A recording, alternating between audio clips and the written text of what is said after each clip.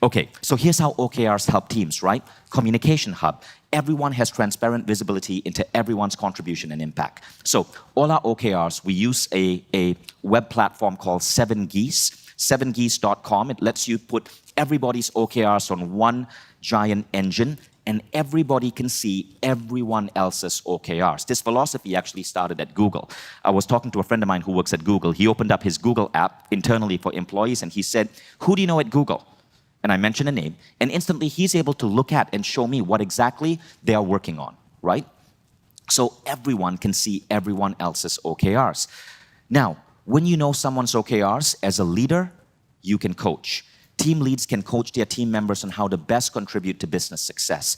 Coaching is very important. Google did a study, and they found that the best leaders, the quality that made them best leaders is that they were coaches. They were coaching people and helping educate people to get better. Third, value, alignment, focus. Everybody can see how their contributions are valued and aligned to each other. And the cool thing about this is, every now and then as you're doing this, you will realize that there are certain people on the team who are doing jobs which are no longer needed. When you have OKRs as a philosophy, you can eliminate those tasks. It doesn't mean eliminating the person. You would simply move them onto a role that is more aligned with the core purpose. Everyone get this? And number 4, collaboration. Cross-functional team collaboration now is brought to light, and opportunities are highlighted. Teams now can see when they are contributing to a OKR that's across multiple teams, and they can collaborate better. So even an event like AFES is actually not put on by one team. You have Laura, who is running our events team, but there are 3 or 4 other teams which are collaborating on AFES in unique ways, and everybody can see that alignment. This is how we're able to execute on incredibly complex projects, such as the 30-day university, which is essentially AFES, but spanning one entire month for 1,100 people. Now, this is what happens when you bring in OKRs. These are the big benefits. And a lot of these come from measure what matters. First, focus and commit. Everybody now has focus. Everybody commits to their goals. So that focus and that commitment make you a more efficient organization. Number 2, alignment. This is the best part. Everyone is aligned to everyone else. This is a really beautiful example from the book, Measure What Matters, right? So what you're seeing over here is an example of an OKR from a team that's looking to win the Super Bowl. So the primary objective is win Super Bowl, and that is the head coach's primary objective, and he has 3 key results. The first one is passing attack amasses 300 plus yards per game. The second one is defense allows fewer than 17 points per game. And the third one is special team units rank in top 3 in punt return coverage. Now, you don't have to know American football. I have no freaking idea what that means. I wish Americans who wrote books would pick a game that's more friendly to the rest of the world, like basketball or tennis or Monopoly. So now you have these 3 key results, right? Now, the head coach knows that he needs 3 people on his team to pursue each of these key results. And notice, the head coach's key result becomes the objective of each of the 3 people on his team. So he hires an offensive coach whose objective is really the same as head coach key result number 1, generate 300 yards per game passing attack. And that gets broken down into 3 steps. Can you guys see the elegance in this? Okay? Does everybody get this process? Okay, so immediately you see a beauty here. If you're leading a team and you know what your 3 objectives are, now the people on your team, each of them are working on one objective. And they further take that and they break it down into 3. Now, measure what matters. John Dower says you always pick between 3 and 5. That's the sweet spot. If you go through fewer than 3, maybe you need to push yourself to think of a third one. If you go more than 5, you've missed the point. You're lacking focus. 3 to 5 is the sweet spot. Okay, so this way you're now creating teams which are super aligned, like ridiculously super aligned, and everybody knows what their goals are. So let's look at the defensive coach. He's working on the head coach's OKR 2, which is defense allows fewer than 17 points per game. Now the defensive coach takes that, makes that his objective, sticks it on his wall or somewhere, and breaks it down into his 3 key results. Allow fewer than 100 rushing yards per game, increase number of seeks to 3+ per game, develop a Pro Bowl cornerback, whatever the hell that means, right? And now he can execute on that, and maybe he might raise his hand and say, hey, I need a person working on my key result number 3 because otherwise I'm going to miss the mark, and that's acceptable too. This is how healthy teams get built. Now the next tip is you want to stretch for amazing. This was a very important thing introduced by Larry Page. So Larry Page is the founder of Google. A lot of people think that Google was started by Larry Page and Sergey Brin, but if you read the book In the Plex, what it says is that Larry Page was really the primary founder. Sergey Brin was a great supporter, but Larry Page was that visionary. Larry Page and I went to the same university, the University of Michigan. We both went to the same computer engineering school. And he was about 4 years more senior than me, so we never crossed paths. But Larry Page, in the book In the Plex, speaks about how he learned to dream big. It was a course, a summer program he took at Michigan called Leadership. I took that same summer program when I was 19 years old, so I know what he's talking about. It's a summer program that creates leaders who dream really big. And Larry Page credits Leadership with changing the way he thinks about the world. I went through the same program, and I can tell you, it also gave me that concept of big vision. Now, Larry Page enacted this rule in Google. In all of your OKRs, 50% of your OKRs must be so bold that you don't know if you're going to succeed. So it looks like this. There are 2 types of OKRs, committed and aspirational.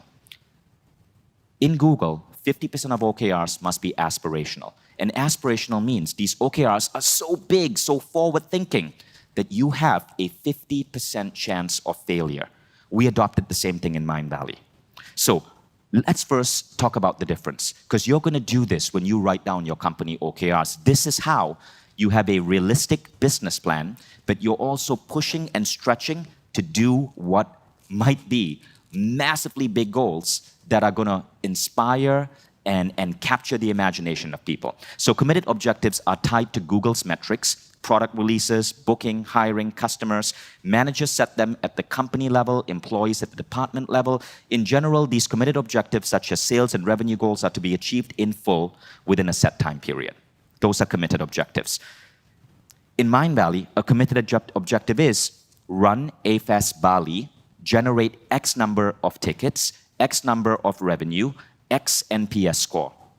That's it. It's a committed objective. The team knows that they do this every year, and these are the objectives that they have to hit. However, if we were just doing AFEST every year, we eventually as a company would stagnate. We wouldn't be growing. So we set an aspirational objective, and that is Mindvalley University City Campus. So this is an aspirational objective. They reflect bigger picture, higher risk, more future tilting ideas. They originate from any tier and aim to mobilize the entire organization. By definition, they are challenging to achieve. Failures at an average rate of 40% are part of Google's territory. So Google actually fails on 40% of its aspirational objective. I mean, you'll remember Google Wave, it failed. Google Social Network, Google Plus, totally failed. But at the same time, Google gave us Gmail, Google gave us YouTube, right? If you are afraid to fail, you aren't going to make radical innovation. When we started Mindvalley University City Campus, Laura and Cardi, who were collaborating with me to bring this forth, this was a crazy idea. And there was a strong possibility of failure. And actually in Mindvalley, I can tell you, it's around the same statistic. Roughly 40% of our crazy ideas fail. But if we weren't taking that risk to create crazy ideas, knowing that it's acceptable to fail, we wouldn't be innovating. And that's a really important lesson.